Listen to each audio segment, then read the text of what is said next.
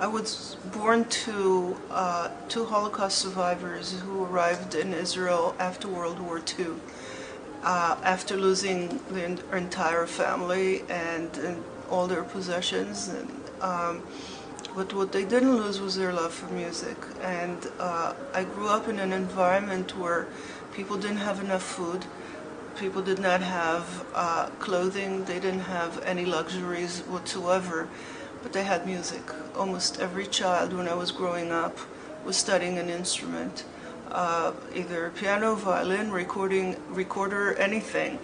But everybody had music in their house. And it was always live music because there was very little recorded music. In the early 50s in Israel, there was no television. Record players were just becoming the household items that they later became. And everybody just made music. And my parents started teaching me. They bought me a piano when I was 3 years old. And they started teaching me when I was 5, and I never looked back. I have a brother who plays the violin, and he was supposed to be the talent in the family, but he decided to become a physician, following the footsteps of other people in our family. But my parents had us earmarked for music from the time we were very little. And my mother is probably the first Jewish mother in Jewish history who cried when her son went to medical school.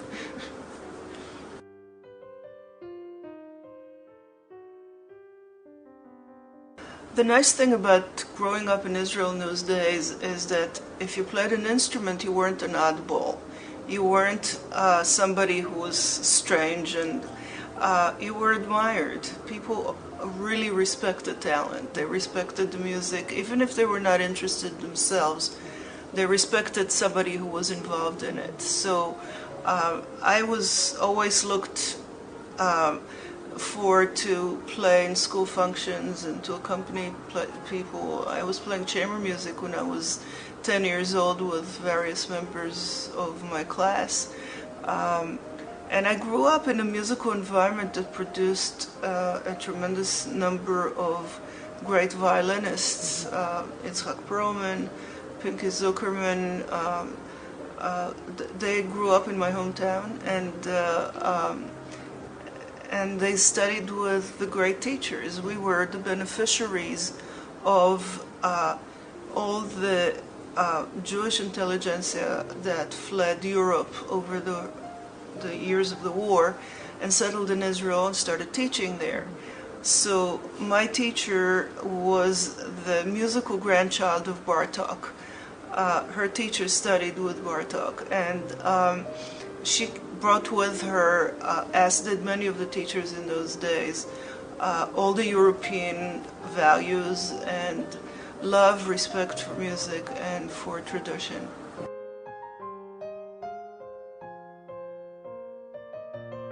The Israelis were lucky in those days, and they still are, because the government support for the arts is second to none in the world, and that hasn't changed.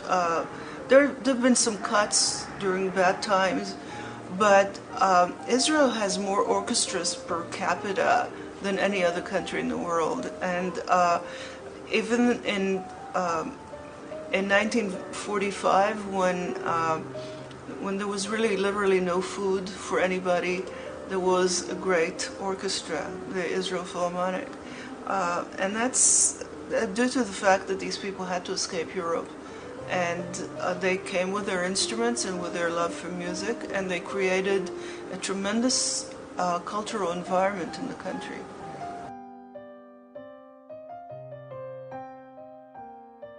I came to the States when I was 16 because my teachers told my parents that I should come to Juilliard, and I auditioned and got in. I came pretty much by myself. I was still in high school for a year, so I started in the pre-college program, and then it was called the prep in those days. And then I went on to get my bachelor's, master's, and I got my doctorate in the new building when they moved to Lincoln Center. In those days, I came to the States in 1964, and in those days, the United States shared the cultural values. It was still, Lincoln Center was cherished. It was such a fantastic thing for all New Yorkers. Orchestras still boasted many series that were sold out. There were so many recital series and concerts and opportunities for cultural growth, and of course the schools had a tremendous music program. It was really in the 60s that it started to wane, and in the 70s that the big cuts were taking place. And by the 80s we had lost a generation of people who would have normally had access to music in schools. And the music became a very different property. It became the property of the private sector. It was supported by private individuals, not by the state.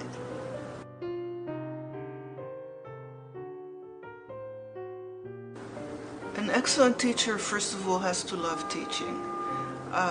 If you do teaching because you can't do anything else, your students suffer because they feel the fact that your heart is not in it. You have to be able to basically come out of your skin and live for the person sitting at the piano while they're there. They're all that matters, and you give all your energy and your attention to what they need. So that's the first prerequisite. The other prerequisite that I feel is really necessary is a respect for the person sitting at the piano, because if you don't respect them, you don't expect anything from them, and then they don't deliver. But if you respect them and you create a comfortable environment for them to function, then you can instill values and you can instill quality, and you can demand a certain level of accomplishment that you can't demand otherwise. I've been very fortunate to have the opportunity to work with so many talented students. And they have enriched my life probably much more than I've enriched theirs. But they've kept me going, and they've kept me interested and motivated and energized. I can walk in here dead tired in the morning, and within 10 minutes of interacting with these amazing kids, I'm completely energized and ready to go. So that has been a gift that was given to me. I try to choose the students based on people that I feel I can help. And the people that I feel I can help are the ones that are self-motivated. I'm not a taskmaster. I really thrive on people who love music and want to do it. I don't like to punish, I don't like to lecture. So I try to minimize that by picking not necessarily people who are already accomplished or have no issues or problems.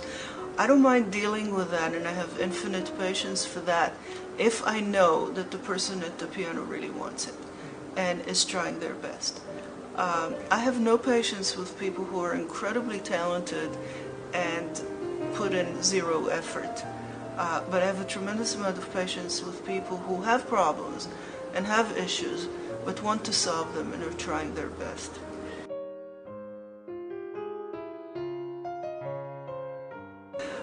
The importance of talent varies depending on what your goal is. If your goal is to become a professional musician, one of the top-ranking musicians out there, then talent is extremely important. Without that, you really can't do it. And even talent varies in degrees. There are degrees of talent that are very, very different.